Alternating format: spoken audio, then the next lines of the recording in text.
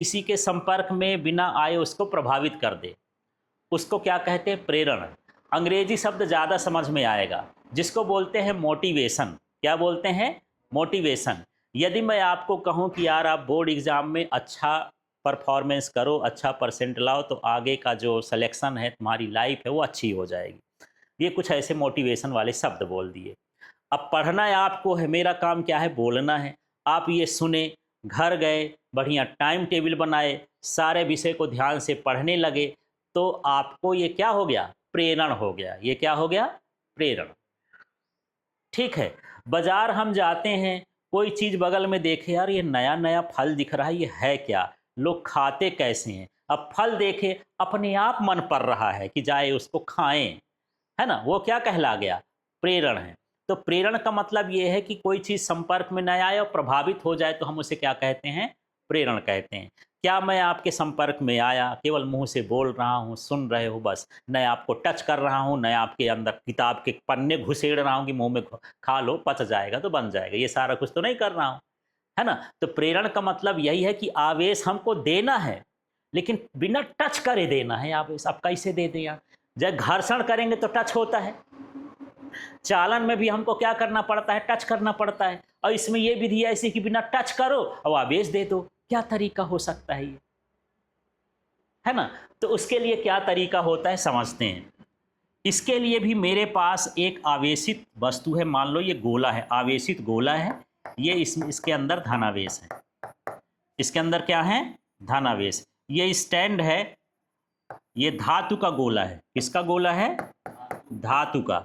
और ये मान लो विद्युत रोधी स्टैंड है, लकड़ी हो सकता है, प्लास्टिक हो सकता है, कुछ भी हो सकता है। ठीक है। अब मैं क्या करता हूं, इसके पास ऐसे टच किए हुए दो गोले लाता हूं, ये ऐसे, ये दोनों गोले आपस में हैं, पर ये एक दूसरे के टच में, है ना? पहला समझ में आ गया। ये ए है, ये बी है, कुल मिला के कितने गोले हो गए? 3। एक कैसा है? आवेशित। दो कैसे हैं? अनावेशित। और दोनों में ये स्टैंड लगा हुआ है। जैसे मैं इसको पास लाता हूं तो क्या होता है? टच नहीं करता हूं, कहां लाता हूं? पास लाता हूं। जब पास लाता हूं तो प्लस को क्या चाहिए यार? अपने आप को समाप्त करने के लिए क्या चाहिए? माइनस। प्लस को क्या चाहिए? माइनस। तो इसके पास वाले तल में क्या उत्पन्न हो जाता है? माइनस। और इसके दूर वाले तल में क्या हो जाता है? प्लस। देखो कोई नया आवेश नहीं बना। यदि यहाँ 4 माइनस हैं तो यहाँ पर क्या बनेंगे? 4 प्लस, और मिलके एक दूसरे से समाप्त करके फिर वही का वही हो जाएंगे। ठीक है, फिर से देखो, यहाँ पर पास में क्या लाया? धनावेशित गोला। तो इन दोनों गोलों में जैसे एक गोला है, एक गोला में पास वाले तल में क्या बन गया? क्या बना? ऋणावेश। और दूर वाले तल में क्या बनेगा? धनावेश।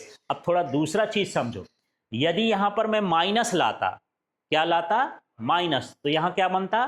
प्लस, और उधर क्या बनता? माइनस। माने आसपास ये एक दूसरे के विपरीत बनते। ठीक है। अब दूसरा काम क्या करना है? दूसरा काम ये करना है कि इन गोलों को थोड़ा सा अब अलग अलग कर दो। इनमें आवेश आ गए ना, इन गोलों को क्या कर देना है? अलग अलग। तो ये जो माइनस इस साइड है, ये पूरे गोले में फैल जाएंगे, और जो प्लस हैं वो भी पूरे गोले में क्या हो जाएंगे? फैल जाएंगे। फिर इसको हटा दो, एक ही चीज से दो गोलों में मैं क्या कर दिया? आवेश ला दिया। ये प्रेरण विधि होती है। ये तरीका होता है, हम दोनों को क्या कर दिए हैं? आवेशित कर दिए हैं। क्या इसका आवेश घटेगा? टच में नहीं तो आवेश नहीं घटेगा। और इसमें जो आवेश आएंगे, दोनों तरह के आवेश आएंगे, दो वस्तुओं को हम क्या कर सकते हैं? आवेशित कर सकते हैं। तो चलिए अब इसको लिखने की बारी आ जाए तो कैसे कैसे लिखेंगे। एक धातु का आवेशित गोला लेना है, क्या बोलोगे? धातु का आवेशित गोला। दो धातु के अनावेशित गोले लेना है, ये कैसा है? आवेशित। ठीक है, ये वाले कैसे हैं? अनावेशित। जब हम आवेशित गोलों को इनके पास लाते हैं तो इसके पास वाले तल में ऋणावेश और दूर वाले तल में धनावेश उत्पन्न होता है। फिर दोनों गोलों को थोड़ा एक दूसरे से हम क्या कर देते हैं? अलग कर देते हैं, तो आवेश पूरे भाग में फैल जाते हैं। इसके बाद जो आवेशित गोला है उसको हटा देते हैं। इस तरह से ये वस्तु क्या हो गई? आवेशित हो गई। ये तरीका होता है प्रेरण का। तो चलिए भला कैसे कैसे बोलेंगे, क्या लोगे पहले? हाँ, धातु का धनावेशित गोला लेते हैं। कौन सा? धनावेशित गोला। फिर क्या करते हैं? हाँ, दो अनावेशित गोले लेते हैं, है ना, जो आपस में क्या है, संपर्क में रखे हुए। फिर क्या करेंगे इसको? हाँ, कौन सा? आवेशित गोले को इनके पास ले जाएंगे तो क्या होगा? ए गोले में या पास वाले गोले में क्या होगा? ऋणावेश। और दूसरे वाले गोले के दूसरे तल में क्या होगा? धनावेश उत्पन्न होगा। फिर इन दोनों गोलों को हल्का सा क्या करेंगे? अलग करेंगे, पृथक कर देंगे। फिर इस गोले को, जो आवेशित गोला, इसको हटा देंगे तो इस तरह से वो दोनों वस्तुएं क्या हो गई? आवेशित हो गई। इसमें आवेशित वस्तु का आवेश नहीं घटता है। पहला क्या हो गया? इसका आवेश घटेगा? नहीं घटेगा। दूसरा, इसमें जो है बराबर और विपरीत प्रकार के आवेश इसमें आ सकते हैं। ठीक है, तो इस विधि को हम क्या कहते हैं? प्रेरण विधि। तो देखो, आवेशित वस्तु को कहाँ लाएंगे? अनावेशित वस्तु के पास। ये आवेशित वस्तु हो गई। अनावेशित वस्तु के कहाँ लाना है? पास। संपर्क में नहीं लाना है। कहाँ लाना है? पास में। ठीक है, तो उसके पास वाले तल में विपरीत प्रकार का, पास वाले तल में ये देखो, ये तो अनावेशित वाले के पास वाले तल में कैसा हुआ? विपरीत प्रकार का। और दूर वाले तल में कैसा हो जाता है? समान प्रकार का आवेश उत्पन्न होता है। जैसे प्लस लाए तो पास वाले में विपरीत प्रकार का क्या हुआ? माइनस। और दूर वाले तल में समान प्रकार का क्या हो गया? धन। यदि यहाँ पर माइनस लाओगे तो यहाँ पर क्या होगा? प्लस। और यहाँ पर क्या हो जाएगा? माइनस हो जाएगा। ठीक है, उत्पन्न हो जाते हैं।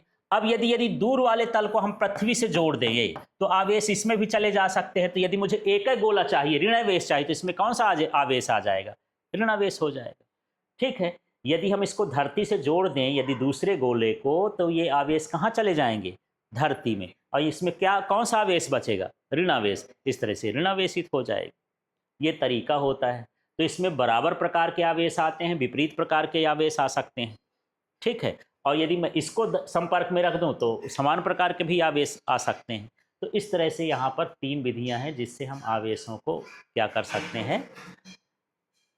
किसी वस्तु को आवेशित कर सकते हैं। तो चलो थोड़ा सा रिवाइज करते हैं। घर्षण विधि में क्या करोगे? दो वस्तुओं को आपस में रगड़ेंगे तो क्या होगा? दोनों वस्तु आवेशित होंगी, लेकिन उसमें कैसे आवेश आएंगे? विपरीत प्रकार के होंगे। आवेश की मात्रा कैसी रहेगी? समान रहेगी, एक जैसे रहेगी घर्षण में। फिर चालन में क्या होगा? चालन में कितनी वस्तुएं लोगों? 2। एक क्या रहेगी और एक क्या रहेगी? फिर क्या करोगे? आवेशित वस्तु को अनावेशित के संपर्क में रखेंगे तो क्या होगा?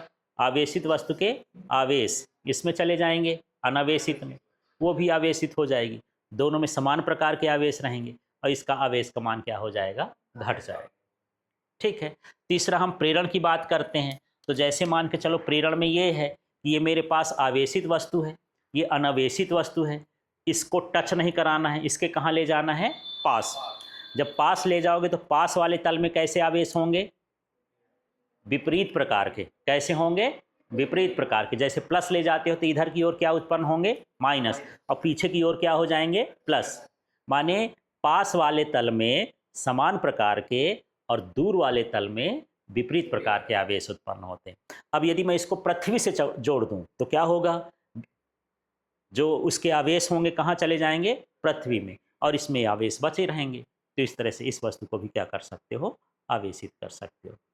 ठीक है, तो ये 3 तरीके हैं। यदि जैसे मैं अभी बता रहा हूँ, तो यदि मैं इस तरीके से इसको बना दूं लिखने के हिसाब से, तो ये इस तरह से हो जाएगा, समझ लेना।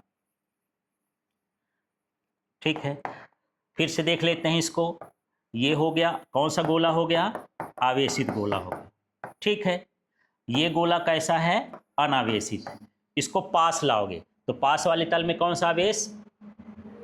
विपरीत प्रकार का। तो प्लस का विपरीत क्या होता है? माइनस। यहाँ माइनस उत्पन्न हो गया। दूर वाले तल में क्या होगा? समान प्रकार का। ये समान प्रकार का आवेश हो गया। अब मुझे क्या करना है? दूर वाले तल को किससे जोड़ देना है? पृथ्वी से। ये आवेश कहाँ चले गए? पृथ्वी में। अब इसमें आवेश शेष बच गए। तो ये धन वाला लाए थे, इसमें कैसा आवेश हो गया? ऋण आवेश उत्पन्न हो जाएगा। ठीक है, इस तरह से ये प्रेरण विधि होती है।